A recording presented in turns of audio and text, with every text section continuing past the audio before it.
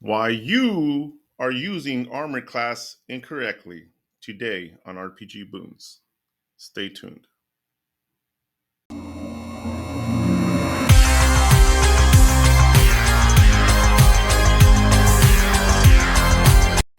Hello, everybody. Don Franco 3 here. Welcome to RPG Boons, where we talk about everything RPG and how everything is RP. Now, today we're going to talk about armor class.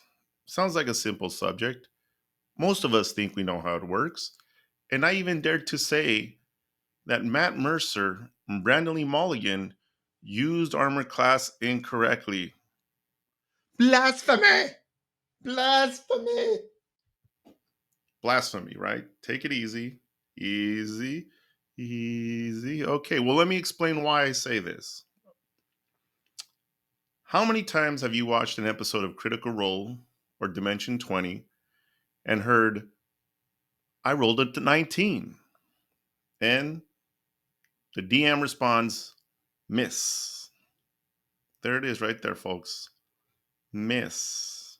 Can you really miss when you roll a 19 or even higher during combat? Not if you read the rules correctly. Let's take a closer look. What do you do when you want to know about armor class? Do a quick Google search. So let's go ahead and do that. Does doing a quick Google search really explain to us what armor class is? So what is it? Let's see. According to Arcane Eye, it dictates how easily it can be hit, referring to the monster or the player.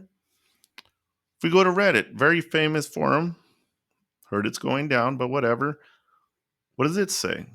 The number you need to roll on a d20 to know if you hit something in combat. Interesting. So again, this kind of falls in line with this a 19 would miss. Now, what about this Black Citadel RPG? What does it have to say? Well, a number representing the difficulty to hit a character or monster. Again, to hit. So that's it, everyone. Is that what AC is? Is AC how hard it is for a player or monster to hit you or a target? So, does that make sense? To hit you? Wrong. Look, I was full too. I do a lot of these quick searches. I go to Google, I do it. I don't really have time to look up the specifics. Sometimes I left it to the dungeon master, the very few times that I've had dungeon masters. But I really take time to read the instructions, and that's why I'm here to share it with you.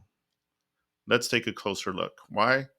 Because here at RPG Boons, everything is RP. Look, I was full too when I first started reading this stuff about armor class, and a lot of times I didn't pay attention to these little fine details. Why? Because I'm busy. I want to come in, I want to build a character, put the AC, whatever it is, whatever the bonuses are, put it in. And I know every time I roll a dice or somebody rolls a dice against me, I look at my AC or we check against the monster's AC, and that determines whether or not you do damage. And that's it. That's what a lot of these DMs do. You roll a 19, miss. You roll a 16, hit. You know, but what does that really do to the table? What does that really do to the RP experience for you and your players? What are we going to do today? Today, we're going to go ahead and go look through the player's handbook, the only book you really need to play Dungeons and Dragons, and look at what armor class really is, and really kind of give us an idea of how we can use AC as a way to improve the RP experience at our table. So, here, when we first look at chapter, well, it's actually not even a chapter, it's an introduction to the player's handbook. One of the first times armor class is mentioned is on page 7 of the player's handbook. It's in the introduction section. And here it is. The target number for an attack roll is called an armor class. Simple, right? Doesn't really give you much information though, but we know it's the target number you need, a number you need to achieve. Now let's look at chapter 1 of the player's handbook, page 15. Armor class represents how well your character avoids being wounded in battle. Things that contribute to armor class. include armor you wear, shield you carry, dexterity modifier. Okay. Now we're starting to get a little bit tidbits of what these numbers actually mean. Without armor or shield, your character's AC equals 10 plus his or her dexterity modifier. Now, if we look at D&D Beyond, we can clearly see that this description is also written on D&D Beyond. So at least the two coincide, right? We always got to check our references, make sure things are consistent. We're going to continue reading the player's handbook. And now we've skimmed through the chapters, and the next time armor class is mentioned is on page 144, chapter 5, the armor section. Okay, mentions it right here again. Armor class. Armor protects its wearer from attacks. The armor and shield you wear determines base armor class. Okay, this tells you a little bit of something, but again, doesn't completely describe to you what's going on. Now, let's look at page 178, chapter 7, using your ability scores. And this is where it starts to get interesting. And I think this is where we need to pay attention. Depending on the armor you wear, you might add some or all your dexterity modifier to your armor class. Let's take a step back. What is dexterity? We know it's important for armor class, but what is it? A character with the high dexterity is probably lithe and slim, while a character with low dexterity might be either gangly and awkward or heavy and thick-fingered. What about page 174? Let's go back to chapter 7. Dexterity measures agility. Let's look at page 177 again, chapter 7. Dexterity measures agility, reflexes, and balance. Agility and reflexes, right? So essentially, dexterity tells you how nimble you are or how quickly you can move. And that is a component of your armor class. Now let's keep going. Now, let's take another look at a couple other classes that we know have important other modifiers that are added to the armor class. Here's the barbarian, the typical unarmored defense.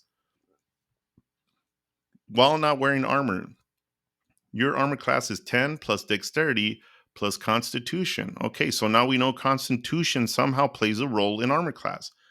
Unarmored defense for a monk. Beginning at first level while you are wearing no armor and not wielding a shield, your AC equals 10 plus your dexterity, which we know, plus wisdom modifier. What? Wisdom modifier? Constitution modifier? Didn't we just read that armor class is your ability to not get hit? What does constitution have to do with that? Wisdom may be a little more intuitive. Okay, well, we kind of know what dexterity is going to do for you for armor class, but what is constitution and wisdom going to do for you for armor class? Let's take a look first with constitution. I think we all have a basic understanding of what constitution is, but how does that relate to combat? So player's handbook, page 15. A character with high constitution usually looks healthy with bright eyes and abundant energy. Okay, that's not really helping us. But maybe the second line is a character with low constitution might be sickly or frail. Okay, so constitution somehow has to do with how sickly you look or how frail you look. Chapter 7, Player's Handbook. Constitution measures endurance. Okay, so maybe endurance plays a component of armor class in some kind of way. Now let's look at page 178 of the Player's Handbook, Chapter 7. Constitution measures health, stamina, and vital force. Vital force. What is that? I mean, it's word salad a little bit. It doesn't really tell us much, and it forces us to go look it up in a dictionary because, to be honest with you, I kind of get it, but I don't get it. So let's look at vital first. Vital stands for absolutely necessary or important or essential. An essential force. Okay. Vitality, the state of being strong, active. Okay. Now, what about force? Force here is strength or energy as attributed to physical action or movement. So, what does that mean? Okay, so based on those descriptions, it tells us a little something about constitution in terms of combat. If you have low constitution, you're sickly or frail. So if you have high constitution, you're opposite of that. It also tells you something about vital force. What is that? Well, if we look at the definitions, it's essential active energy and strength or energy attributed to physical action or movement. What does that say? To me, that says that's your ability to roll with punches or absorb damage in certain kinds of ways so that it's something lessens the amount of damage it does to you, but at the same time making some form of contact. Now let's look at wisdom. Let's look at wisdom. Page 15, Player's Handbook. A character with high wisdom has good judgment, empathy, and a general awareness of what's going on. Now, I think that's pretty nice. That kind of tells you somebody is looking around, awareness of their surrounding. Wisdom, page 174, Player's Handbook, chapter 7. Wisdom, measuring perception and insight, your ability to perceive. Okay. Wisdom reflects how attuned you are to the world around you and represents perceptiveness and intuition. And that's from page 179 of the Player's Handbook. Okay, wisdom. So, what does that mean? General awareness of what's going on. Perception, insight represents perceptiveness, intuition. If you were reading the message below on that slide, you can see I wrote down the answer already, or at least what I believe it is. It's your ability to read body language, to anticipate movement of your enemy. And that's how wisdom contributes to your armor class. Now, let's look at a player character and put all these numbers together to really try to create an RP experience for your player, or for your player to have something to refer to so they can create their own RP experience while playing the game. Let's take a look. Okay, now that we know how your ability modifiers will help your armor class, we can actually apply them to your RP experience. Here we're looking at a base AC of 10, where you're going to add your modifier for dexterity, constitution, and wisdom. Dexterity is going to signify how nimble your character is. Constitution will signify how well you can roll with a hit, causing it to cause no damage, or physically absorb that damage on your armor or on whatever clothing you're wearing. Where wisdom will be your ability to anticipate the movement of your enemy. Now, using a human and using the standard array of attributes, we can apply this to our characters and use it as an RP experience. So, with the base of AC of 10, we can add a +3 that comes from the 15, +2 that comes from the 13, and a +1 that comes from a 12. Now, let's look at this in terms of how you can use this to improve your RP experience. On the right side, I created a hit table where if the enemy or you, well, let's say the enemy rolls a 9 against you, you know that it's a miss. Now, if the enemy rolls a 10 to a 12, you're using your dexterity. And you can say between a 10 and a 12, you avoid being hit. If the enemy rolls between a 13 or a 14, not between, but a 13 or a 14, that's your ability to absorb the damage and essentially cause it to do no damage. If the monster rolls a 15, that's your ability to stay at the correct distance to avoid being hit.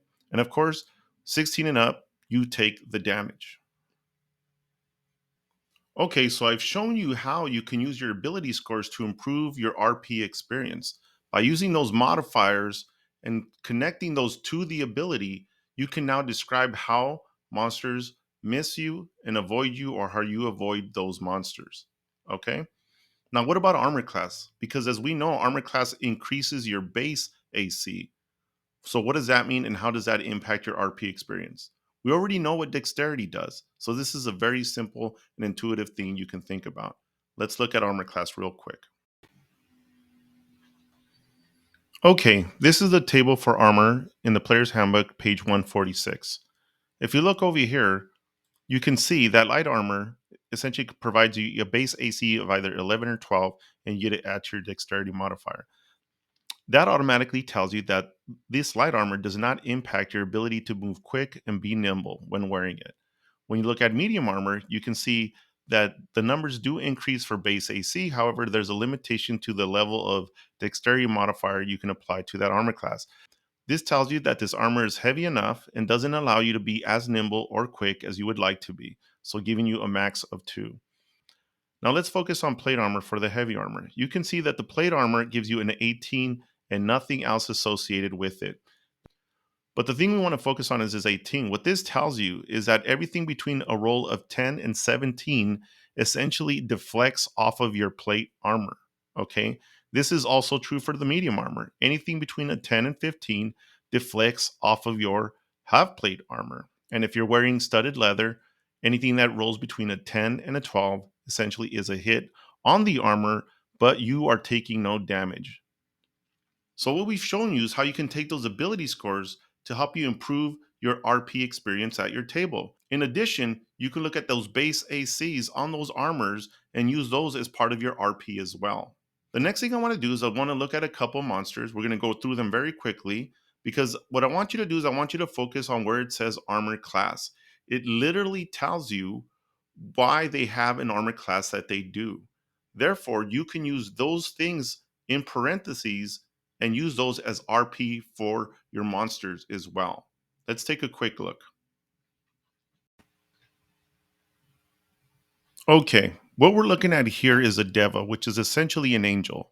If we look up here at the stat blocks, looking at armor class, you can see it has an armor class of 17 and it lists natural armor. In addition, it tells you that it has a +4 dexterity, which again could be used as part of its armor class.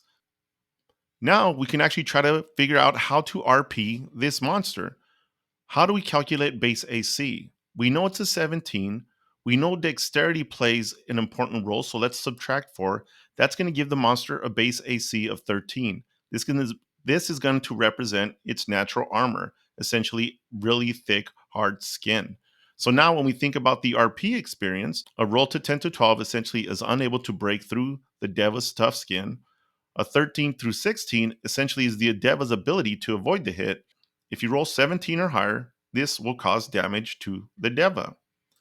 Very quickly, here's a sprite, 15 armor class, it's wearing leather, it has +4 dexterity. We already know that dexterity is only going to give you an 11 for a base, which it does. You add +4, it gives you a 15 armor class. Looking at a reef shark, natural armor, has +1 dexterity. We know that that natural armor is only going to provide a +1 to its base armor, and the other +1 comes from its dexterity. Now, our famous aboleth monster, same thing, natural armor, 17. But this is interesting. It has a -1 dexterity. So this armor class of 17 is purely all about its natural armor. So similar to the plate armor, anytime you roll between a 10 and a 16, you're essentially unable to penetrate the skin of the aboleth. Well, that's it, folks. Armor class explained through my eyes. So what's more exciting for you at your table? You roll a 17 and it's a miss, or you roll anywhere between a 10 and a 17 and that's arrows deflecting off the hero, that's blows deflecting off the hero. The armor is protecting the hero. 10 to 13, you're dodging these blows, you duck out of the way. Those are the kind of things that I think will get your players engaged, you engaged, and really help you improve that RP experience at your table. Now, talking about those two more established DMs, maybe they don't need these kinds of tips because, as you guys know, they do a lot of other things much, much better. But I need them. I hope you need them. I hope this was useful for you. This is Don Franco 3. This is RPG Boons, where we talk about everything that's RPG and how everything is RP. Please hit the subscribe button. I'll be coming out with videos every 3 to 4 weeks. I hope to see you then. Stay tuned. See ya.